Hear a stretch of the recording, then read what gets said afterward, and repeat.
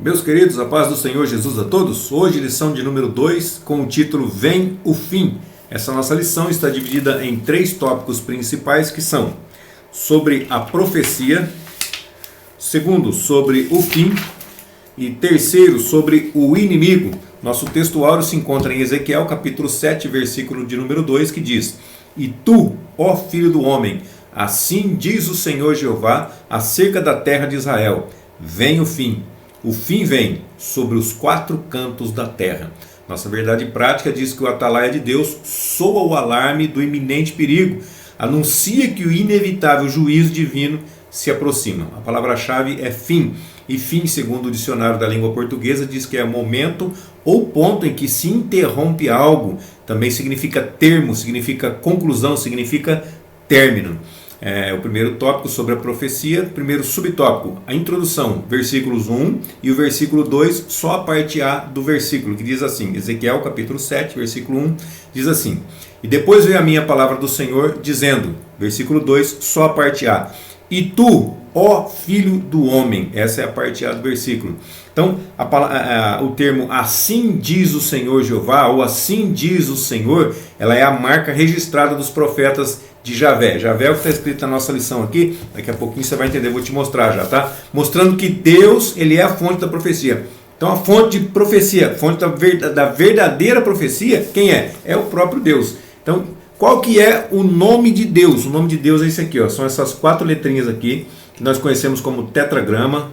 É o Yud, Re, Vav, Re, tá? Transliterado seriam essas letras aqui. Então esse aqui seria a pronúncia do nome de Deus. Como que pronuncia isso, Valdecir? Eu não sei como que pronuncia. Os eruditos, os estudiosos da Bíblia não sabem como que pronuncia. Então se você vê essas letrinhas aqui, ó, Yud, Re, Vav, Re, transliterado fica essas letrinhas aqui. Então agora, como que as pessoas traduzem o nome de Deus na nossa Bíblia ou para a língua portuguesa? Então elas traduzem de várias formas, ó, Javé, Jeová, Iavé, Iehová, Yarro. Então são várias formas que as pessoas utilizam para poder traduzir o nome de Deus, sendo que na verdade o nome de Deus, nós não sabemos como que pronuncia, tá ok? Então 2 de Pedro capítulo 1, versículo 20 e 21, voltando aqui falando da profecia: Sabendo primeiramente isto, que nenhuma profecia da Escritura é de particular interpretação. 21. Porque a profecia nunca foi produzida por vontade de homem algum, mas os homens santos de Deus falaram inspirados pelo Espírito Santo. Então, as pessoas costumam dizer que a Bíblia foi escrita por homens. Meu irmão, a Bíblia foi escrita por homens inspirados por Deus. Então a Bíblia, ela é a palavra de Deus. Então esse termo, assim diz o Senhor, assim diz Jeová, assim diz Deus, ele na verdade era e é, né? Continua sendo uma comunicação divina inconfundível. Ou seja, quando Deus vai falar através de profecias, quando Deus vai usar o seu profeta para poder falar, nós vamos saber que é Deus que está falando. Isso não tem como confundir, não tem como dizer que não é Deus. Segundo subtópico, extensão. Versículo 2, a parte B. Lembra que nós vemos a parte A do versículo? Agora nós vamos ver a parte B. Então extensão significa abrangência. Ezequiel capítulo 7, versículo 2, só a parte B do versículo. Assim diz o Senhor Deus acerca da terra de Israel. Então onde está abrangendo? Primeiramente, ele está voltado para a terra de Israel. Então a expressão hebraica Adamá Israel, eu coloquei transliterado, não coloquei as letras hebraicas, coloquei transliterado, tá? Adamá Israel, ou seja, significa o quê? Terra de Israel. Ela aparece 17 vezes no livro de Ezequiel e em nenhum outro lugar. Dessa forma aqui, ela só aparece no livro de Ezequiel e aparece 17 vezes. Aí eu trouxe também uma curiosidade aqui para nós. Adamá significa terra, Adam significa homem e Dam significa sangue. Então se você vê, as letras elas se repetem nessas 3 palavras: Adamá, terra, Adam, homem, e Dam, sangue. Ou seja, o homem é feito de sangue e é feito da terra, e é a mesma raiz. A palavra para terra, para homem e para sangue é a mesma raiz etimológica, tá ok? Então a ira divina ela começa sobre o próprio povo de Deus, mas escatologicamente ela abrange também outros lugares. Que lugares são esses? Os 4 cantos da terra, segundo diz o próprio versículo aqui. Os 4 cantos da terra, ou seja, toda Mas a Terra é redonda, como é que ela tem canto? Mas o que ele quer dizer é norte, sul, leste, oeste, tá ok? Então isso significa os 4 cantos da Terra, ou seja, os 4 pontos cardeais, ou seja, a Terra toda de um modo geral. Então vai começar pelo povo de Deus, depois vai vir sobre os 4 cantos da Terra. Apocalipse 7:1. E depois destas coisas vi 4 anjos que estavam sobre os 4 cantos da terra, retendo os 4 ventos da terra, para que nenhum vento soprasse sobre a terra, nem sobre o mar, nem contra árvore alguma. Terceiro subtópico. Quando? Então vai acontecer? Vai. Quando? Versículo 3, a parte A. Versículo 8, a parte A de Ezequiel, capítulo 7. Então vamos lá? Ezequiel 7:3a. Agora vem o fim sobre ti. Ezequiel 7:8. Agora depressa. Então quando? Depressa derramarei o meu furor sobre ti. Então o negócio está iminente. Então o agora no versículo 3 é do hebraico, da palavra hebraico atá. Atá ele ressalta a iminência do fim, ou seja, é urgente, o negócio vai vir breve. Então a urgência também demonstrada pelo verbo ba, que significa vir. E ele aparece 10 vezes nesse curto trecho da profecia. Então aqui, só no capítulo 7 de Ezequiel, vou ler aqui 4 versículos, tá? Mas ele aparece 10 vezes. Versículo 5, parte B. Eis que um só mal vem. Versículo 6b. Eis que vem. Versículo 7a. Vem a tua sentença. Tudo isso nós estamos falando de Ezequiel capítulo 7, tá? Então 7a. Vem a tua sentença. Versículo 10. Eis aqui o dia. Eis que vem. Então a iminência do juízo estava muito próxima, primeiramente sobre Israel, e é lógico lá em Apocalipse, como nós lemos, sobre toda a terra, sobre os 4 cantos da terra. O resumo desse tópico diz: o profeta Ezequiel anuncia a hora do acerto de contas de Judá e de Jerusalém com o Deus Javé. Ele diz Javé na lição, mas mais uma vez eu ressalto, tá? Javé, é traduzido por Javé, é traduzido por Jeová, depende da tradução da Bíblia que você tem, tá, uma dessas duas, e as pessoas também chamam de Iavé. Por quê? Porque o J, ele não tem muito tempo de existência, o J ele foi criado depois, então, e o hebraico não tem a letra J, na verdade seria a letra Y, ok? Yud é referente à letra Y. Então, segundo tópico, sobre o fim, a respeito do fim. Primeiro subtópico, sentido, versículo 2, a parte B, versículo 3, a parte A, e o versículo 6 nós vamos ler inteiro, do capítulo 7 de Ezequiel. Então 7:2, a parte B do versículo. Vem o fim vem sobre os 4 cantos da terra. Versículo 3, a parte A, agora vem o fim sobre ti. E o versículo 6, vem o fim vem, despertou-se contra ti. Eis que vem. Então a palavra fim, ela é do hebraico ketz, que significa o quê? Significa destruição, significa ruína, significa morte, significa condenação, ou também raketz. No hebraico ele junta o artigo com a palavra, tá? Então ketz seria fim, raketz seria o fim. Então trata-se de um substantivo usado em contexto de julgamento. Isso vai acontecer. Deus está dizendo que vai acontecer, não vai tardar, vai ser muito em breve. Gênesis 6:13 diz assim, isso aí, algo que já aconteceu, tá? Então disse Deus a Noé: o fim, ou seja, raquetes de toda a carne é vindo perante a minha face, porque a terra está cheia de violência, e eis que os desfarei como a terra. Meu irmão, será que nos dias de Noé está muito diferente dos dias atuais? Os dias atuais eu acredito que esteja até bem pior que os dias de Noé. Como nós estamos na dispensação da graça, Deus vai tendo misericórdia, mas vai chegar o dia que vai acontecer. Vamos ter que prestar conta diante de Deus. Amós 5, versículo 18 e 19 diz: ai daqueles que desejam o dia do Senhor. Para que vós quereis o dia do Senhor? É uma pergunta. Será dia de trevas e não de luz. É como se um homem fugisse diante do leão. Olha só, o homem vai fugir do leão e se encontrasse com ele o urso. Então ele foge do leão e encontra o urso. Ou como se entrando numa casa, uma casa significa proteção, é isso? Um lar, um aconchego. Entrando numa casa, sua mão encostasse à parede e fosse mordido por uma cobra. Ou seja, realmente é uma destruição, é uma ruína que vai acontecer. O segundo subtópico fala das expressões repetidas sobre o fim. Então vamos lá, o versículo 2, lembrando sempre o capítulo 7 de Ezequiel. Versículo 2, vem o fim vem. Versículo 3, agora vem o fim. Olha só, quando? Agora, iminência. Também versículo 6, vem o fim vem. Versículo 10, eis que vem, veio a tua ruína.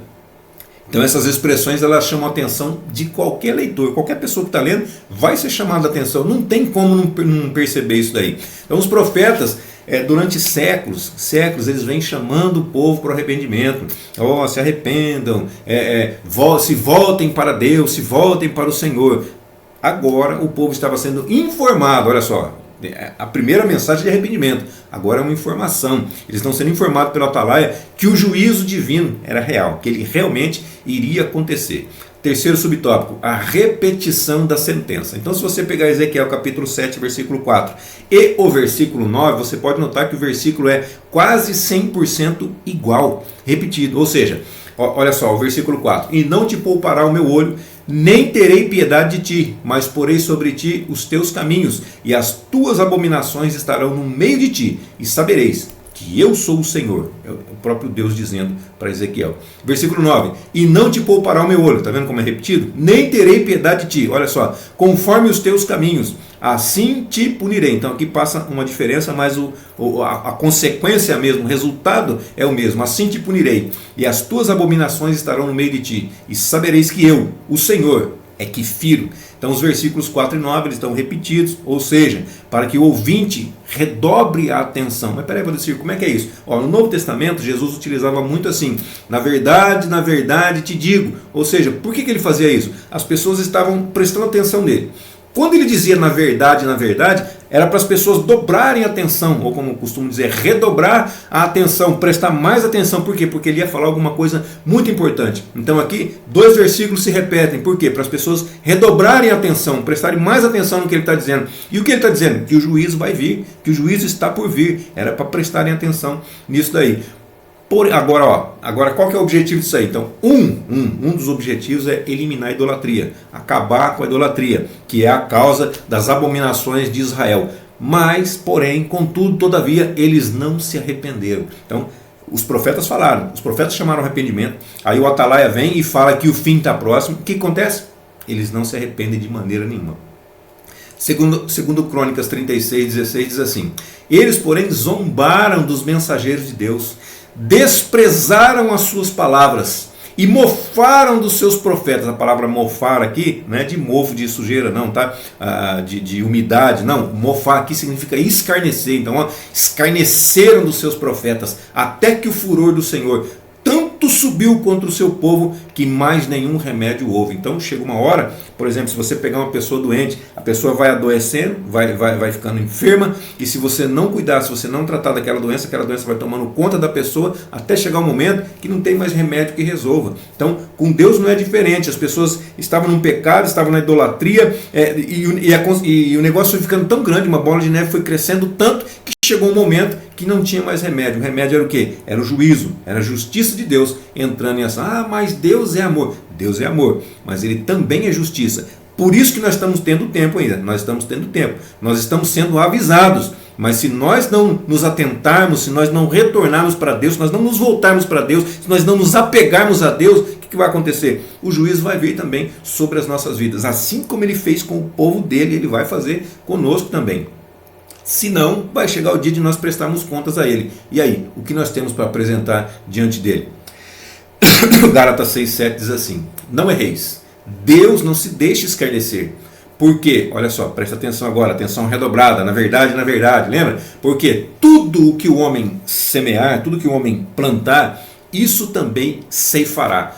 Mas o que eu quero dizer com isso daqui? Eles só estavam colhendo aquilo que plantaram. Ou seja, eles plantaram o mal e vão colher o mal também. Porque não tem como você plantar abacaxi e colher manga. Não tem como você plantar abacate e colher laranja. Não tem como. Aquilo que você semeou é aquilo que você vai colher. Inclusive diz um ditado aí, né? Quem planta vento colhe tempestade, não é assim?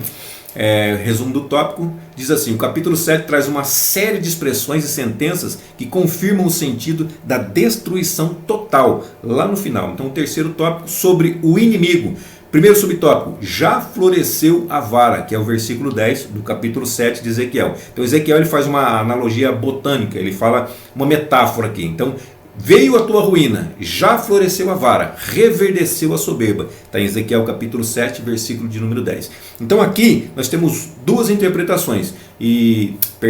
Aqui nós temos diversas interpretações, só que a mais aceitável é a que considera essa vara como o rei Nabucodonosor. Ou seja, então Deus usou a Síria, ou o rei da Síria, como chicote para açoitar Samaria. Segundo Reis 17:3 diz assim: contra ele subiu Salmaneser, rei da Síria, e Osé, perdão, eu falei Nabucodonosor, né? Não, da Síria aqui Nabucodonosor é rei da Babilônia. Rei da Síria aqui é Salmaneser. Então, contra ele subiu Salmaneser, rei da Síria, e Oséias ficou sendo servo dele. Oséias não era o profeta, Oséias aqui é o rei de Israel, rei que reinava em Samaria. E Oséias ficou sendo servo dele, e pagava-lhe tributos. A Isaías 10:5 diz assim: ai da Assíria, a vara da minha ira, porque a minha indignação é como bordão nas suas mãos.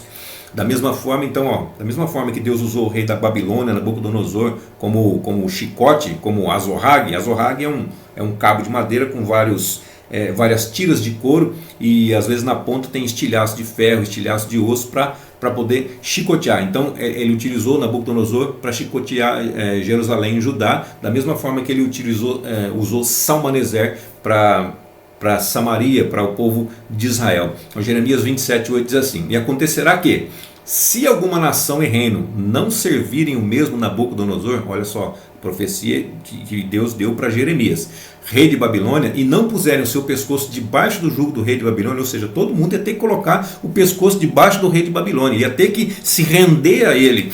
E a essa nação castigarei com espada e com fome e com peste, diz o Senhor, até que a consuma pela sua mão. Então, as pessoas que não se renderem ao rei Nabucodonosor, o próprio Deus ia castigar com espada, com fome, com peste. Ou seja, ou você é escravo, ou você vai morrer de espada, ou você vai morrer de fome, ou você vai morrer de peste. O que você escolhe? Ser escravo, continua vivo. Então, qual que é a melhor escolha? É isso aí, se render ao rei Nabucodonosor. Já que não tinha outra opção, já que não se voltaram ao Senhor, então o juízo acabou por vir. Jeremias 51:24 diz assim: e pagarei a Babilônia e a todos os moradores da Caldeia toda a maldade que fizeram em Sião, aos vossos olhos, diz o Senhor. Segundo subtópico vai falar assim: reverdeceu a soberba. É a parte B do versículo 10 de Ezequiel capítulo 7. Então eu vou ler o versículo todo e dou uma ênfase no finalzinho, que é a parte B, tá? Eis aqui o dia, eis que vem. Veio amanhã, já floresceu a vara. Agora sim, já reverdeceu a soberba, que é o nosso subtópico 2. Na NVI traduz assim: a arrogância floresceu. Então o rei Nabucodonosor, ele passou dos limites. Deus chama ele de meu servo. Nós vamos ler aqui nos versículos. Deus chama ele de meu servo.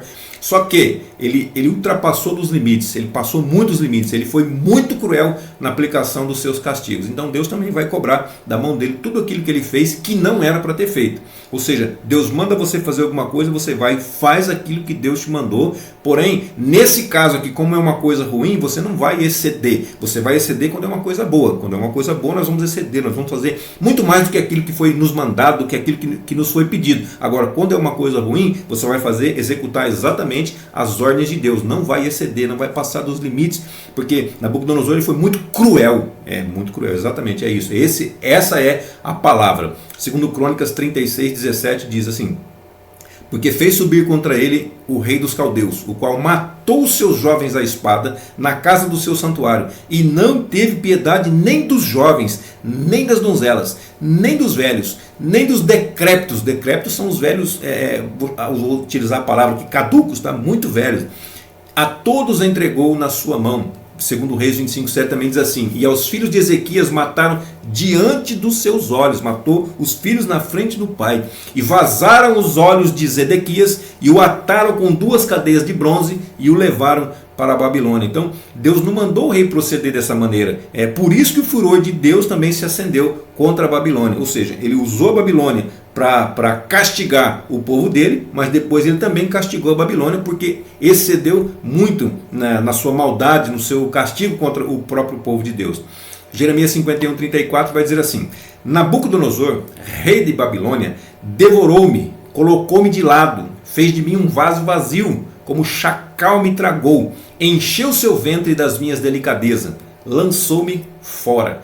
E Jeremias 51, versículos 55 e 56 também diz: porque o Senhor tem destruído Babilônia, e tem feito perecer Nela a sua grande voz, quando as suas ondas bramam como muitas águas, é emitido o ruído da tua voz. Prestou atenção aqui? Porque o Senhor tem destruído Babilônia. Então, ó, Babilônia foi usada foi usada por Deus para executar justiça contra o povo de Israel, mas aqui também Deus está dizendo aqui que ele destruiu a Babilônia, ou seja, o próprio Deus executou justiça contra a Babilônia pelo que ela fez. Versículo 56, porque o destruidor vem sobre ela, sobre Babilônia, e os seus poderosos serão presos. Já estão quebrados os seus arcos, porque o Senhor, Deus das recompensas, certamente lhe retribuirá. Então lembra, tudo aquilo que o homem semear, isso também ceifará. Semeou o mal, com certeza ele vai colher o mal também. Mas Deus não, Deus é justo, nós somos injustos. Deus é verdadeiro e o homem é falso.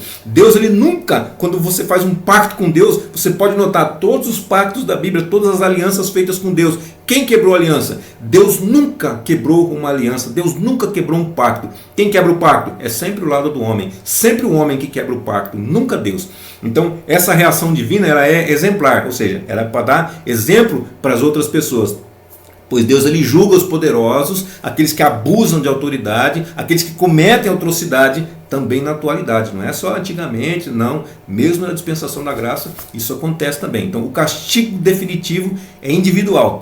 E pior, é lá na eternidade. Se ainda nós pagássemos o preço nessa vida, ainda teria condições para nós, ainda teria jeito para nós. Mas o problema já pensou se eu não pago nada nessa vida, então eu vivo tranquilo, vivo em paz, faço o que eu quero, faço do jeito que eu quero.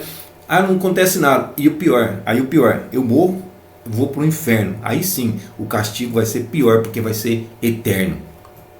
Terceiro subtópico vai falar o rei Nabucodonosor. Então, ó, o nome Nabucodonosor, olha que nome lindo aqui, ó. O rei Nabucodonosor é de origem arcádica, é uma antiga língua da Mesopotâmia.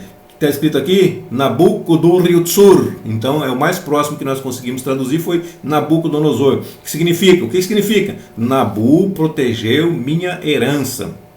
Ok? Conseguiu visualizar aí? Ezequiel 30:10. Assim diz o Senhor Deus: eu, pois, farei cessar a multidão do Egito por mão de Nabucodonosor, rei da Babilônia. Até o Egito também sofreu consequências na mão de Nabucodonosor. Jeremias 27:6. E agora eu entregarei todas essas terras na mão de Nabucodonosor, rei de Babilônia, meu servo. Olha só como que Deus chama Nabucodonosor, um ímpio, um adorador de falso Deus. E até o nome dele, né? Nebo protegeu a minha herança. Ó, o significado do nome dele. Meu servo, e ainda até os animais do campo lhe dei para que o sirvam. Ou seja, Nabucodonosor era rei sobre os reis, era rei sobre reis. Jesus é o rei dos reis, de um modo geral. Nabucodonosor era rei sobre reis aqui na terra. Jesus é o rei acima de todos os reis na terra, inclusive sobre Nabucodonosor. Quem era Nabucodonosor? Ele era filho de Nabopolassar, que reinou 21 anos e na Babilônia, claro, né? E Nabucodonosor reinou 43 anos na Babilônia. Quarto subtópico, a Babilônia. Então o nome Babilônia é também de origem arcádica, segundo está escrito aqui na revista, Babili, ou seja, significa o quê? Portão de Deus, na língua arcádica, tá bom? Então o Antigo Testamento hebraico usa Babel no hebraico significa confusão, e a Septuaginta usa a forma grega Babilon, ou seja, Babilônia. Babilônia não anotei. O nome do país é o mesmo nome da sua capital, igual Babilônia o país e Babilônia capital, igual o estado do Rio de Janeiro, que tem o Rio de Janeiro por capital ali, tá? Rio de Janeiro estado, Rio de Janeiro capital. São Paulo é estado, São Paulo capital. Então Babilônia país, Babilônia capital. Então o nome do país é o mesmo. Então, caldeus e babilônios no princípio eram os mesmos povos, tá? Eram povos distintos, eram povos separados. Aí atualmente é utilizado atualmente não, na própria Bíblia fala sobre caldeus e fala sobre babilônios como se fosse um povo só. Então Gênesis 11:28, olha, lá atrás já aparecia isso daqui. E morreu Arã, estando seu pai Terá ainda vivo na terra do seu nascimento, em Ur dos caldeus. Então Isaías fala de babilônios e caldeus, referindo-se como o mesmo império. Isaías 13:19. E Babilônia, o ornamento dos reinos, a glória e a soberba dos caldeus, está vendo? Babilônia e caldeus, será como Sodoma e Gomorra quando Deus as transtornou. Isso aqui já era uma profecia falando contra a Babilônia, contra a queda de Babilônia. Isaías 48, versículo 20, só a parte A do versículo. Saí de Babilônia, fugi de entre os caldeus. Olha só, como se fosse o mesmo povo. O resumo desse tópico diz que o versículo 10 dá uma pista a respeito da identidade do inimigo que vai causar todo o mal sobre Jerusalém, o rei Nabucodonosor. Então a Bíblia ela fala, ela diz quem vai causar esse mal. Ou seja, era profecia, não tinha acontecido ainda. Vai acontecer, vai vir os caldeus, vai vir os babilônios, e acabou acontecendo, não foi isso? Então era profecia, ainda não era, não estava acontecendo ainda. Ezequiel começou a profetizar dizendo que iria acontecer e realmente aconteceu. Jeremias profetizou que ia acontecer e acabou acontecendo. A conclusão aqui diz que os julgamentos divinos na história mostram que o pecado jamais ficará impune e que a única maneira de escapar da condenação é através do arrependimento e também da fé. Então, todo pecado, todo mal que o homem fizer, tudo aquilo que ele semear, ele vai colher de volta para ele também. Amém, meus queridos? Deus abençoe sua vida, sua saúde, seu ministério e até a nossa próxima aula, se assim Deus nos permitir.